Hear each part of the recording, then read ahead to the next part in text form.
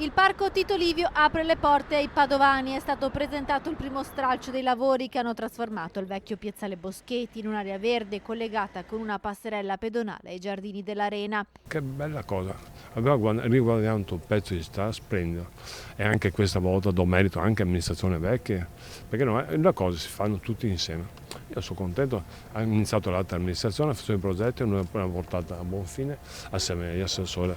Nella seconda parte dei lavori invece si prevede la riqualifica delle palazzine Liberty che diventeranno senior house di lusso per anziani.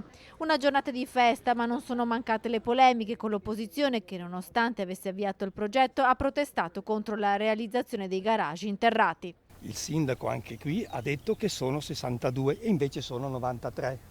Questa è una cosa, 90 garagi, cioè vuol dire più di 30 di quelli approvati in consiglio comunale, valutati ciascuno 35.000 euro, 30 garage in più fanno la differenza di 1 milione a favore del privato che farà l'intervento nella ristrutturazione delle palazzine. Fa il suo mestiere, che discorsi sono? Poi fatto che dica applaudi, applaudi? No, non applaudi, ma fa il suo lavoro. Ognuno fa quello che vuole, ognuno investe i suoi soldi in striscioni, in manifesti, fa quello che vuole.